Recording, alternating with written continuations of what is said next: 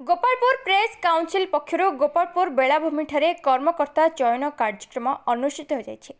एथिरे मुख्य अतिथि भावे यूटीवी निर्देशक नागेश्वर राव सुबुद्धि, अन्यतम अतिथि भावे विकल्प खबर कागजर संपादन जयराम महाराणा, विविध संपादर संपादक गौरांग चौधरी, शुभेन्दु कुमार दास, ए नागभूषण, ईश्वरी राउत मंचासीन रही बेले वरिष्ठ सांबादिक ए नागभूषण, रमेश कुमार साहू एवं बेस्ट कंप्यूटर तालीम केन्द्र परिचालक रघुराम साहू उपढौकन सह मानपत्र प्रदान कर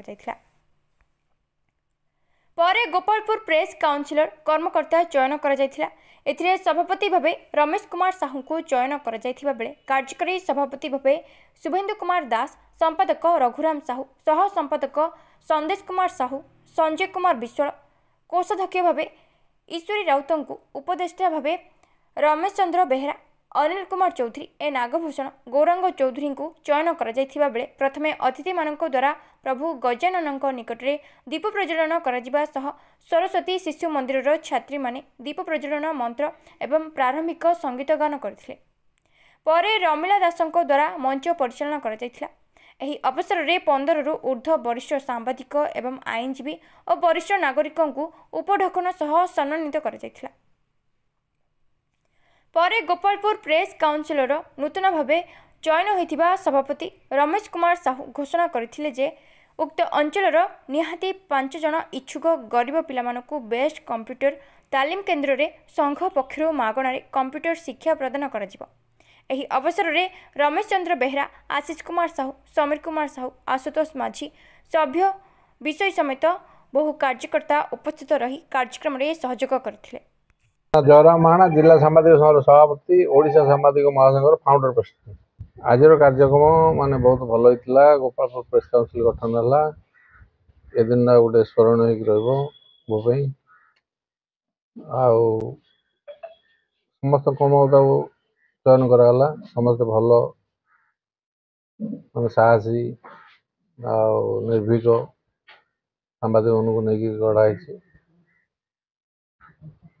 सांबादिक मान समस्या तो किए जड़े तो ये कर समस्ते आम चेष्टा करुँ एकजुट हो समाधान करने।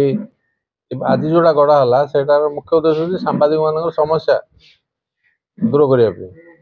जदि कौन से आउ गोटे कथा मन रखे मुझे कहीदे जेहेतु यहाँ ओडिशा सांबादिक महासंघ अनुबंधित तेणुक आम बाइलर अच्छी जी कम कर बाहर कर दियार क्षमता अच्छी। तेणुक मुझे समस्त अनुरोध करुँच समस्ते समस्त निज दायित्व भल भाव संपादन करेंगे। जदि जड़े कि निरीह सांबादिक गोटे आक्रोश शिकार हो समस्ते सहयोग कर। यह मोर समस्त अनुरोध कर समस्त चरण तले समस्ते जपरी सहयोग करेंगे। बिना सहयोग कौन सी कम हेनी है। सभापति जो रमेश कहती रमेश साहू भी मैं अनुरोध कर सी ये करेंगे कि समस्त सांबादिक मान एकजुट कर समस्त समस्या दूर करेंगे। सांबादिक मान समस्या दूर करेंगे। ये लाइन से खाली गोपालपुर प्रेस काउंसिल भितर सीमित नहीं, चाहिए ओडिशा प्रत्येक जगह कार्य करें। जेहेतु यहाँ ओडिशा सांबादिक अनुबंधित माने एफिलिएटेड टू ओडिशा सांबादिक महासंघ तेणुक से चाहिए आपण चाहिए ओडिशा सब जगह काम करेंगे। आप जो आई कार्ड तैयार करेंगे लिखे जे रमेश चंद्र बेहेरा सभापति Gopalpur press council affiliated to Odisha Sambadik Mahasangha है। ओडिशा सांबादिक महासंघ जनरल सेक्रेटरी सुखद मुहूर्त आमर गोपालपुर प्रेस काउंसिल गठन करागला और मनोनीत सभ्य समस्त प्रेसिडेंट सेक्रेटरी समस्ते सदस्य माने बाछिले और आगामी दिन रे आमे आमर सांगठनिक क्षमता को बढ़ेबू। प्रत्येक जिला को विस्तार करा जिवो और सांबादिक मानकर विकास क्षेत्र में जो जो जिन अंतराय सृष्टि होताको आमे समस्या भावी निज देह को नहीं समस्ते मिलमिशि काम करूँ और समस्यार समाधान करूँ। सांबादिक माने जो भली भाव चतुर्थ स्तंभर गोटे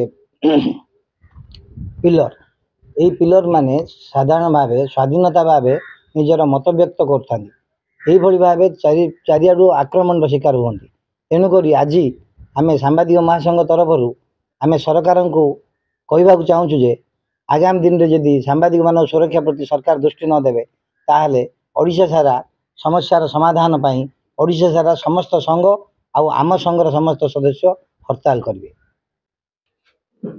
समस्त सांबादिक भाई आम सब मिलमिशि समस्त कार्यक्रम तदारख करवा आगामी दिन में आम जदि मुठा भाव कार्य करवा ताहले स्ट्रंग ही रहा। तेणुक समस्त सांबादिक भाई आम मिलमिशि समस्त कार्य समापन करवा।